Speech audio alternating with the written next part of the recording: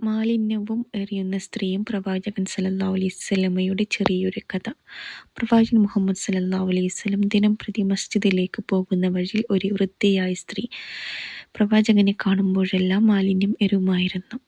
ആ സ്ത്രീ പ്രവാചകനെ നിന്ദിക്കുകയും ഇസ്ലാമിനെ വെറുക്കുകയും ചെയ്തു. എന്നറിഞ്ഞാലും പ്രവാചകൻ സല്ലല്ലാഹു അലൈഹി വസല്ലം ഒരിക്കലും ദേഷ്യപ്പെടുകയോ പ്രതികാരം തേടുകയോ ചെയ്തില്ല. ആ സ്ത്രീയെ ക്ഷമയോടെ അവഗണിച്ചു മുന്നോട്ട് പോയിരുന്നു.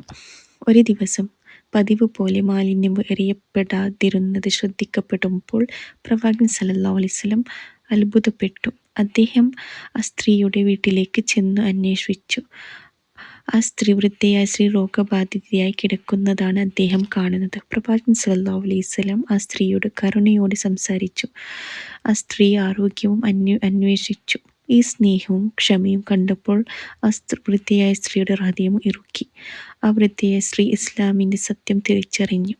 ഇതിൽ പഠിക്കേണ്ട പാഠം: ദേഷ്യത്തിനുള്ള ഏറ്റവും വലിയ മറുപടി ക്ഷമയും കരുണയും തന്നെയാണ്.